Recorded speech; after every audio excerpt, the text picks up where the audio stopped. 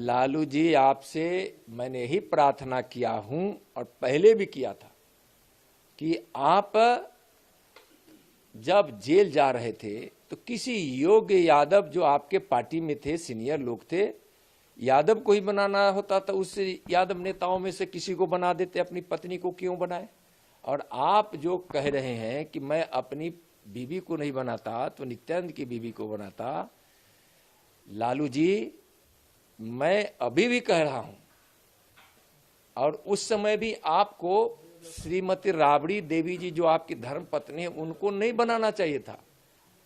परिवारवाद में आपको भरोसा है, नित्यानंद राय को नहीं।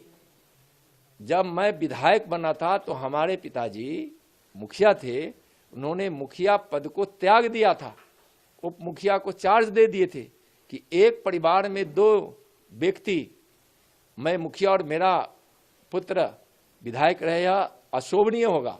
और आप परिवारवाद किए जा रहे हैं, खुद के बाद पत्नी, पत्नी के बाद बेटा, बेटा के बाद दूसरा बेटा, बेटा के बाद फिर एक बेटी, फिर आगे किसको किसको लाएंगे पता नहीं। तो अभी भी आपसे आग्रह है कि आपको पहले बनाना चाहिए था और आगे भी बनाना चाहिए। किसी भी गरीब ग्वालिन को बना देते, किसी गरीब आप अपने नेता कार्यकर्ता की बीवी को बना देते, आपको राबड़ी जी को नहीं बनाना चाहिए था।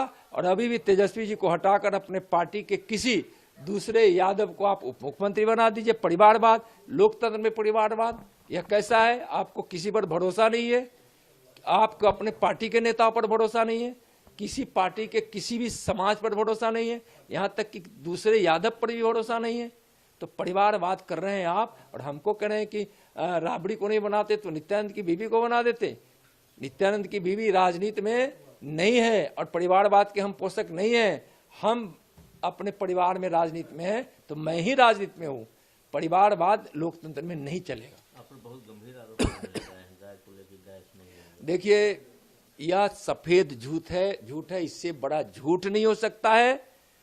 मैं तो उनको कह रहा हूं कि राघोपुर से तेजस्वी जी राघोपुर के किसी गांव में खड़े हो जाइए और अपने पिता लालू जी को भी बुला लीजिए और वहां साबित होगा कि कौन कसाई खाना खुलवा के गौ हत्या करवा रहा है और कौन बचपन से गौ की सेवा, गौ की रक्षा और गौ हत्या का विरोध कौन कर रहा है, यह साबित हो जाएगा। मैं आपको चुनौती दे रहा हूं, राघोपुर के किसी भी गंगा के तट पर आप खड़े होकर मेरी परीक्षा ले लीजिए और नहीं तो आप अपनी परीक्षा दे दीजिए। मैं आज आपको कह रहा हूं, यह सफेद झूठ है।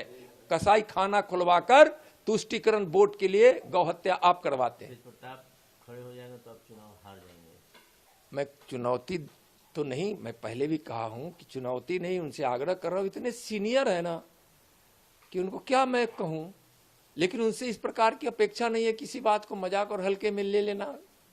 और मैं कह रहा हूं कि अपने परिवार के किसी को भी, तेज प्रताप हो, तेजस्वी जी हो या कोई और अन्य हो, उनको उजियारपुर भेजिए, चुनाव लड़ाइए। उजियारपुर की महान जनता अगर चाहती होगी कि हम राजनीति से संन्यास ले ले, तो अगर पराजित कर दी तो मैं राजनीति से संन्यास लेकर भारतीय जनता पार्टी के बूथ का अध्यक्ष बनकर अपनी पार्टी का सेवा करूंगा। और नहीं, आपके परिवार का अगर वह पराजित हो जाता है उजियारपुर की उस पवित्र भूमि पर, तो आपका पूरा परिवार राजनीति से संन्यास ले ले।